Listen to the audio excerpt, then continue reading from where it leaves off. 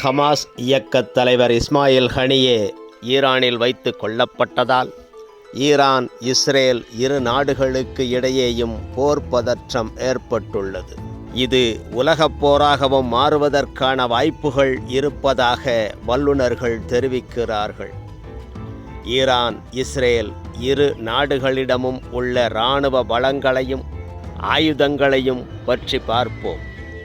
Iran இராணுவத்தில் 5.87 லட்சம் பேர் பணியிலும் 2 லட்சம் பேர் காத்திருப்பிலும் உள்ளனர். இஸ்ரேல் இராணுவத்தில் 1.69 லட்சம் பேர் பணியிலும் 4.65 லட்சம் பேர் காத்திருப்பிலும் உள்ளனர்.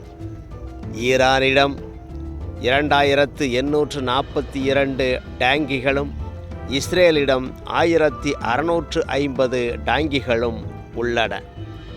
ஈரானிடம் 3555 கவச வாகனங்களும் இஸ்ரேலிடம் 6135 கவச வாகனங்களும் உள்ளன. ஈரான் கடற்படையில் 272 போர்க்கப்பல்களும் இஸ்ரேலிடம் 74 போர்க்கப்பல்களும் உள்ளன. ஈரானிடம் 19 நீர்மூழ்கி கப்பல்களும் இஸ்ரேலிடம் 6 நீர்மூழ்கி கப்பல்களும் உள்ளன. ஈரான் விமானப்படையில் 973 விமானங்களும் இஸ்ரேலிடம் 618 விமானங்களும் உள்ளன. ஈரான் விமானப்படையில் 519 ஹெலிகாப்டர்களும் இஸ்ரேலிடம் 128 ஹெலிகாப்டர்களும் உள்ளன.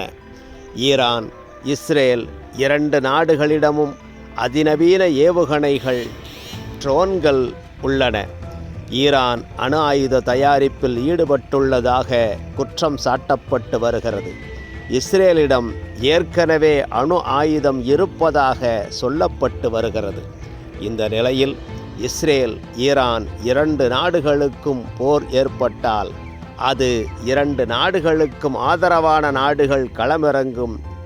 ஏற்கனவே துருக்கியும் இஸ்ரேல் மீது போர் தொடுக்கப் போவதாக அறிவித்திருக்கிறது.